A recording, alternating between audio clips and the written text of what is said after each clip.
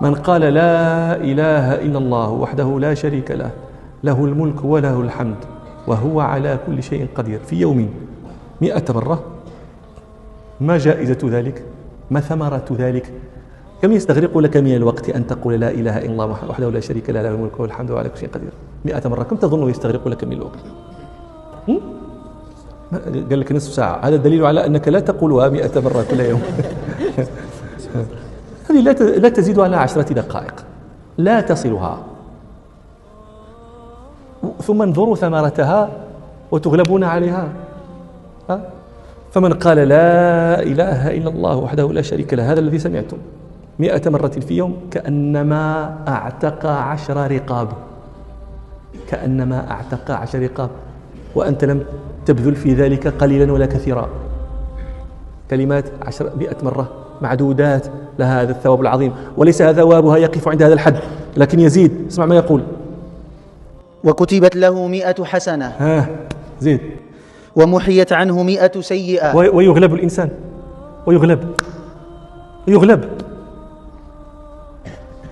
ويغلب كأنه اعتق 10 رقاب وأخذ 100، كتبت له 100 حسنة وحطت عنه 100 سيئة وما زال خير.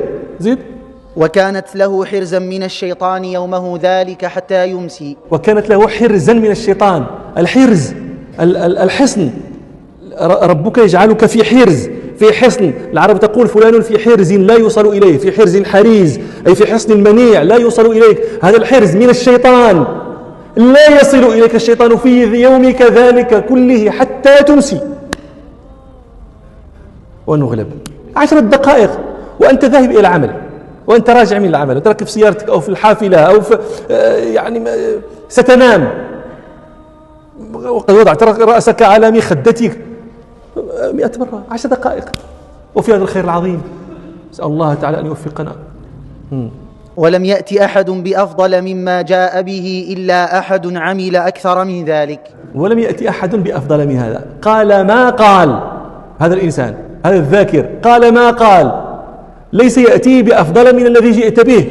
فأنت سوى ما ذكر أنك كأنك أعتقت 10 رقاب، وحطت عنك 100 خطيئة، وكتبت لك 100 حسنة، وأحرزك الله من الشيطان يومك ذاك حتى تمسي، أنت من السابقين، لا يسبقك أحد، بل لا يساويك أحد، لا يأتي أحد بمثل ما جئت به إلا أحد عمل أكثر من ذلك.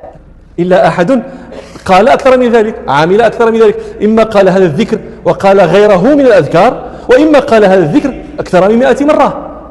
وهذا فيه إشارة إلى أنه لا يمنع من الزيادة على هذه 100، لأن رسول الله صلى الله عليه وسلم أخبر أن الذي قال أكثر من ذلك يكون خيرا منه. وقال كما قلت لكم، قال أكثر من ذلك تحتمل أنه قال هذا الذكر وقال سبحان الله وبحمده وصلى الله على الرسول صلى الله عليه وسلم، هذه كلها أذكار، أو قال هذا الذكر أكثر من 100 مرة. إذا لم يكن هذا علامة للخذلان، فلست أعرف علامة للخذلان.